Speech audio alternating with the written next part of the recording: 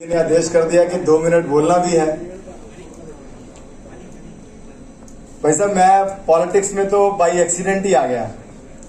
Basically मैं economist हूं by profession, और बहुत लंबा समय मैंने नीति आयोग के साथ मिलके, देश के विभिन्न मंत्रालयों के साथ मिलके पब्लिक पॉलिसी पे काम किया है।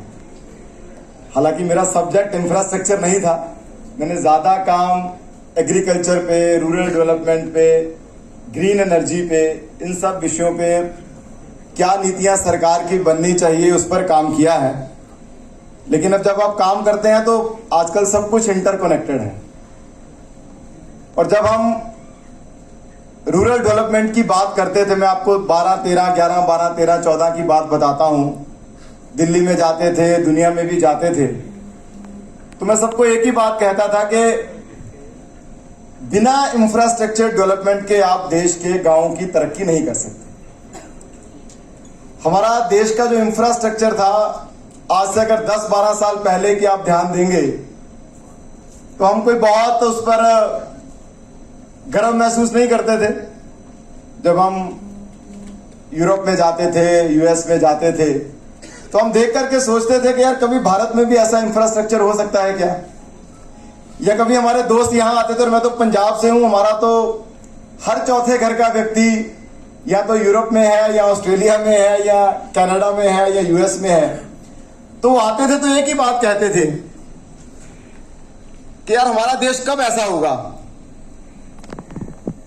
मुझे बड़ा अच्छा लगा, 3 महीने पहले मैं अपने एक दोस्त के पास गया, यहाँ बहुत बड़े इंडस्ट्रियलिस्ट हैं, अक्षय भाई, हमारी पार्टी के विरोधी रहे हैं।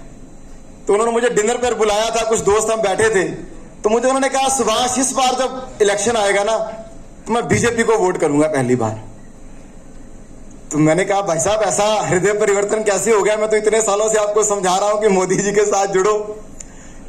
बोले मेरी बेटी पढ़ने के लिए यूएस गई थी, एक ही बेटी है, और मैं चाहता था कि वो पढ़ के वापस भारत में आ जाए, पर वो मुझे कहती थी नहीं पापा मैं तो नहीं आऊंगी, और वो 4-5 साल से वहीं एक जॉब दूसरी जॉब कर रही थी, और मेरी इच्छा थी कि वो यहां आ जाए, पर वो आती नहीं थी। तो बोली वो अपने कुछ यूएस फ्रेंड्स को लेके इस बार गर्मियों की छुट्टियों में अपने फ्रेंड्स को लेके आई कि तुमको मैं भारत घुमा के लाती हूं। तो अपने फ्रेंड्स के साथ 15-20 दिन वो घूमी, देश में जो इंपॉर्टेंट वेन्यूज थे वहां गई, वापस आई तो रात को मुझे कहती है कि पापा मैं सोच रही हूं कि मैं ना अब यहीं शिफ्ट कर जाऊं।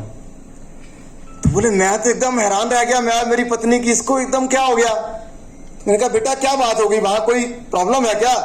बोली नहीं पापा मैं तो इतने सालों बाद, 3-4 साल बाद आई हूं, 5 साल बाद, अपना भारत तो बदल गया है, इतने बड़े बड़े हाईवेज, इतना बढ़िया इंफ्रास्ट्रक्चर, बुलेट ट्रेन, मैं लखनऊ गई, इतना भव्य एयरपोर्ट, तो अब क्यों यूएस में रहना, भारत में रहेंगे।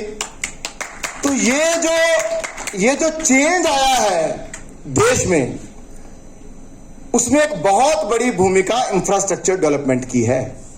आज अगर भारत 7.3% पर ग्रो कर रहा है, जो लास्ट क्वार्टर की हमारी रिपोर्ट आई, सब एक्सपेक्ट कर रहे थे कि जिस प्रकार की टैरिफ वॉर चल रही है, प्रणव जी तो एक्सपोर्ट करते होंगे, ये महसूस करते होंगे कि एक पैनिक था, हमारे यहाँ पे लुधियाने के इंडस्ट्रियलिस्ट मिलते थे, बाकी इंडस्ट्रियलिस्ट मिलते थे, तो पैनिक था कि दुनिया भर में टैरिफ वॉर है, और खास करके जो ट्रंप कर रहा है तो हमारी ग्रोथ कम होगी, भारत भी स्लो डाउन की ओर जाएगा।